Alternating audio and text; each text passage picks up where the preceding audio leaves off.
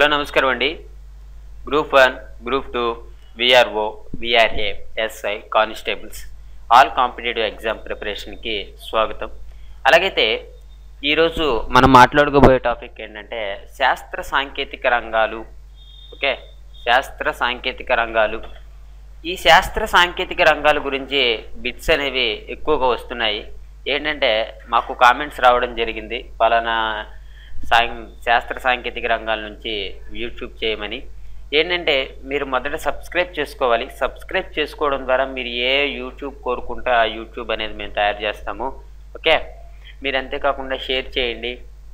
Okay, అలాగైతే ఈరోజు శాస్త్ర సాంకేతిక రంగాల్లో మనం మాట్లాడుకోబోయే టాపిక్ ఏంటంటే నేషనల్ సైన్స్ కాంగ్రెస్ సమావేశాలు ఎప్పుడు జరిగినాయి, ఎవరి అధ్యక్షతన జరిగినాయి, ఏంటి అనే విషయాల గురించి ఈరోజు మనం మాట్లాడుకుందాము.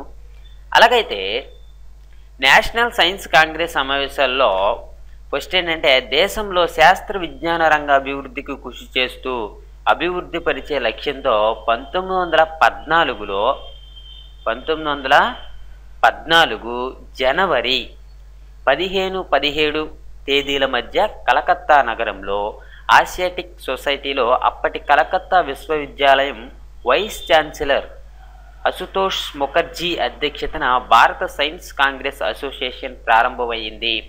ఓకే, ఈ సమావేశానికి 105 మంది సభ్యులు హాజరయ్యారు. ఓకే, ఏంటంటే 1914 జనవరి 15-17 తేదీల మధ్య కలకత్తా నగరంలో ఆసియాటిక్ సొసైటీలో అప్పటి కలకత్తా విశ్వవిద్యాలయం వైస్ ఛాన్సలర్ అశుతోష్ ముఖర్జీ అధ్యక్షతన ఈ యొక్క భారత కాంగ్రెస్ అసోసియేషన్ ప్రారంభమైందనమాట. ఓకే, ఈ భారత సైన్స్ కాంగ్రెస్ అసోసియేషన్ ప్రారంభమైంది. దానికి సమావేశానికి ఎంతమంది సభ్యులు హాజరయ్యారు అని కనుక మనల్ని అడిగినట్లయితే ఎంతమంది సభ్యులు హాజరయ్యారయ్యా అంటే 105 మంది సభ్యులు హాజరవ్వడం జరిగింది. ఓకే, తర్వాత మనం చూస్తే సైన్స్ కాంగ్రెస్ అసోసియేషన్ ప్రారంభించినది ఎవరు అని కనుక మనల్ని అడిగినట్లయితే ప్రొఫెసర్ జేఎల్ సైమన్ సన్. అదేవిధంగా చూస్తే పిఎస్ మెక్మోహన్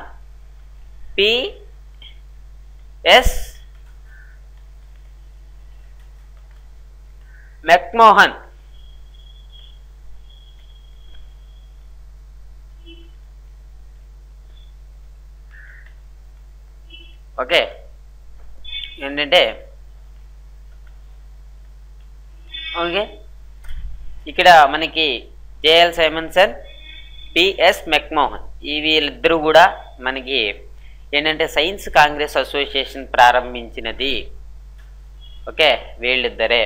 ఓకే, తర్వాత మనం చూసినట్లయితే ప్రతి ఏటా కూడా ఈ యొక్క సైన్స్ కాంగ్రెస్ సమావేశాలు ఏ నెలలో జరుగుతాయి అని కనుక మనల్ని అడిగినట్లయితే జనవరి నెలలో జరుగుతాయి. ఏ నెలలో జరుగుతాయి? జనవరి నెలలో జరుగుతాయి. తర్వాత మనం చూస్తే సైన్స్ కాంగ్రెస్ సమావేశంలో విదేశీ శాస్త్రవేత్తలు పాల్గొనడం ఏ సంవత్సరం నుంచి ప్రారంభించబడింది అని కనుక మనల్ని అడిగినట్లయితే 1947 సంవత్సరం నుంచి రావడం జరిగిందనమాట. తర్వాత ఏంటంటే ఈరోజు మనకి ఈ యొక్క శాస్త్ర సాంకేతిక రంగం అనేది బాగా అభివృద్ధి కావడానికి కారకులు ఎవరు అని కనుక మనల్ని అడిగినట్లయితే PC Ray, JC Bose, CV Raman, SN Bose, Meghnad Saha, Jawaharlal Nehru, MS Swaminathan, R Vashalkar okay వంటి ప్రముఖులు భారత సైన్స్ కాంగ్రెస్కు జరిపిన విశేషమైనటువంటి కృషి ఫలితంగా మన దేశం శాస్త్ర సాంకేతిక పరిజ్ఞానంతో ప్రపంచ పటంలో ఉన్నత స్థానాల వైపుకు పరుగులు తీస్తుంది.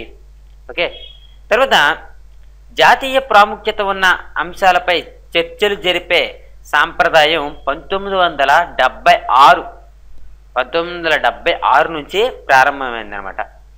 అప్పట్లో అసోసియేషన్ జనరల్ ప్రెసిడెంట్గా ఉన్న ఎంఎస్ స్వామినాథన్ ఈ పోకల్ థీమ్ అంశాన్ని ప్రవేశపెట్టారు. ఏపోకల్ థీమ్ అనే అంశాన్ని ప్రవేశపెట్టింది ఎవరంటే ఎంఎస్ స్వామినాథన్. ఓకే, తర్వాత మనం చూసుకుంటే 104వ జాతీయ సైన్స్ కాంగ్రెస్ సమావేశాలు 2017. ఓకే, ఈ యొక్క 104వ జాతీయ సైన్స్ కాంగ్రెస్ సమావేశాలు ఏంటంటే 2017 నుంచి 2017 జనవరి 3-7 వరకు ఏంటంటే ఎస్ఆర్ఎం యూనివర్సిటీ చెన్నైలో జరిగాయి. ఓకే, ఈ యొక్క 104వ జాతీయ సైన్స్ కాంగ్రెస్ సమావేశాలు ఎక్కడ జరిగినాయి అని కనుక మనల్ని అడిగితే చెన్నైలో జరిగాయి అని మనం చెప్పొచ్చు. ఓకే, తర్వాత కనుక మనం చూసుకున్నట్లయితే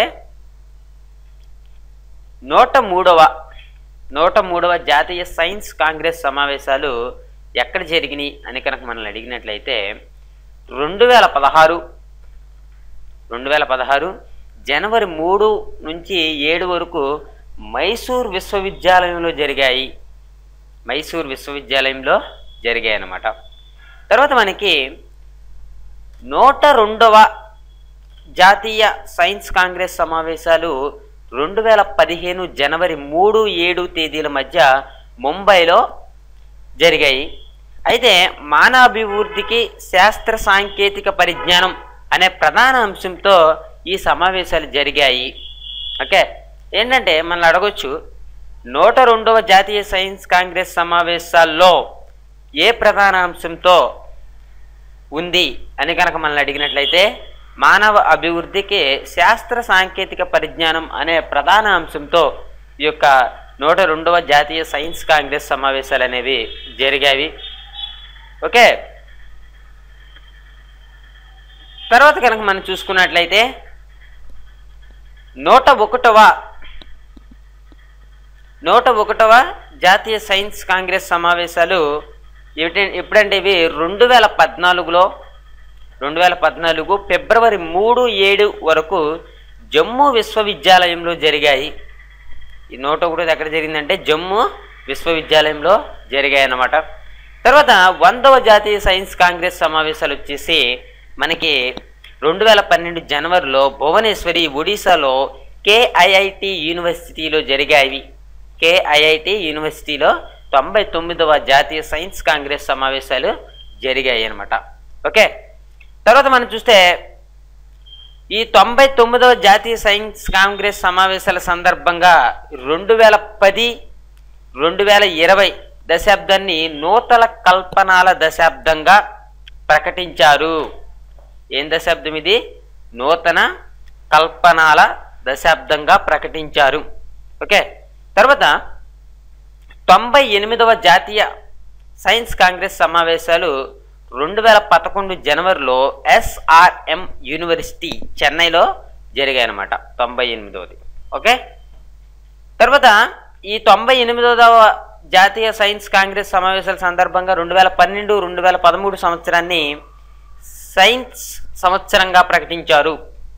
మనల్ని అడగొచ్చు ఈ క్రింది వాటిలో సైన్స్ సంవత్సరం అని కనుక మనల్ని అడిగినట్లయితే 2012-2013 ఇదేనమాట సైన్స్ సంవత్సరంగా ప్రకటించారు 98వ జాతీయ సైన్స్ కాంగ్రెస్ సమావేశాల్లో.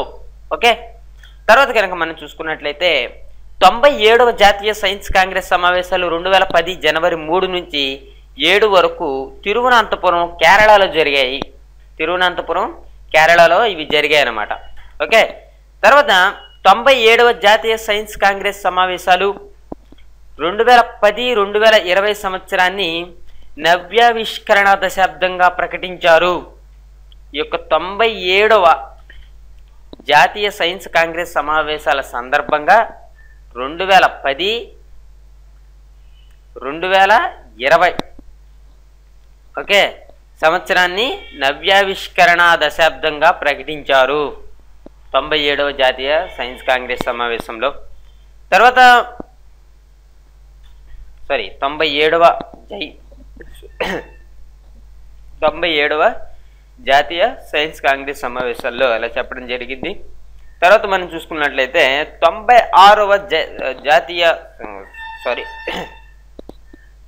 96వ భారత జాతీయ సైన్స్ కాంగ్రెస్ సమావేశంలో 2009 జనవరి 3 నుండి 7 వరకు ఎక్కడ జరిగాయంటే షిల్లాంగ్ మేఘాలయాల్లో జరిగాయి అనమాట. 96 ఎక్కడ జరిగినాయి? మేఘాలయాల్లో, షిల్లాంగ్లో జరిగాయి. తర్వాత కనుక మనం చూసుకున్నట్లయితే 95వ భారత జాతీయ సైన్స్ కాంగ్రెస్ సమావేశాలు 2008 జనవరి 3 నుంచి 7వ తేదీ వరకు 5 రోజుల పాటు విశాఖపట్నంలో ఆంధ్ర యూనివర్సిటీలో జరిగాయి. ఏ జాతీయ సైన్స్ కాంగ్రెస్ సమావేశాలు ఆంధ్ర యూనివర్సిటీలో జరిగాయి అని కనుక మనల్ని అడిగినట్లయితే 95వ జాతీయ సైన్స్ కాంగ్రెస్ సమావేశాలు మనకి ఆంధ్ర యూనివర్సిటీ విశాఖపట్నంలో 5 రోజుల పాటు జరిగాయి అని చెప్పొచ్చు.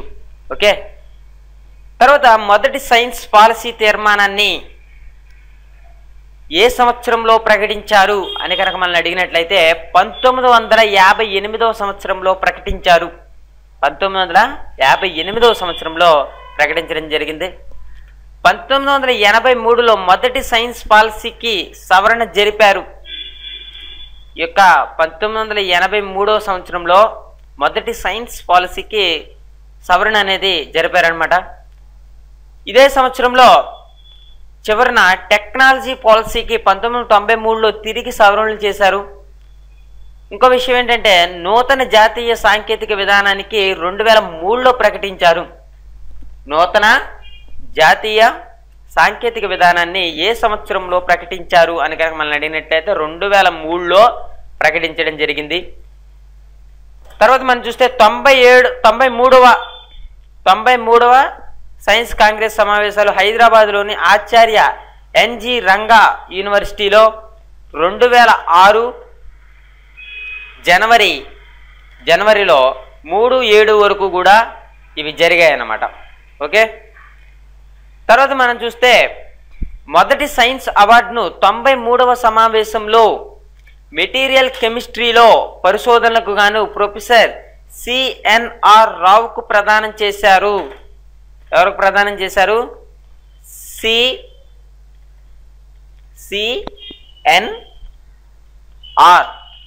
రావు గారికి ఏంటి మొదటి సైన్స్ అవార్డును 93వ సమావేశంలో మెటీరియల్ కెమిస్ట్రీలో పరిశోధనలకు గాను ప్రొఫెసర్ సిఎన్ఆర్ రావు గారికి ప్రదానం చేశారన్నమాట. ఓకే, తర్వాత సైన్స్ అవార్డు పొందిన వారిలో 20 ఏంటంటే ఇక్కడ మనకి సైన్స్ అవార్డుకి సంబంధించి మాట్లాడుకుందాము. సైన్స్ అవార్డు పొందిన వారికి 25 లక్షలు ఇస్తారు. ఓకే, బంగారు పథకం, ప్రశంసా పత్రం ప్రధానమంత్రి అందజేస్తారన్నమాట. ఓకే, ప్రధాని రాష్ట్రపతి ఇద్దరూ కలిసి పాల్గొన్న తొలి సైన్స్ కాంగ్రెస్ సమావేశం 90వ సైన్స్ కాంగ్రెస్ సమావేశం. ఈ 90వ సైన్స్ కాంగ్రెస్ సమావేశంలో మన ప్రధానమంత్రి రాష్ట్రపతి గారు ఇద్దరూ కూడా కలిసి పాల్గొన్నారు. భారత్లో సైన్స్ డేను ఎప్పుడు జరుపుకుంటారు అని కనుక మనం అడిగితే వెరీ ఇంపార్టెంట్. ఫిబ్రవరి 28వ తారీఖున జరుపుకుంటారు. ఫిబ్రవరి 28వ తారీఖున సివి రామన్ పుట్టినరోజు సందర్భంగా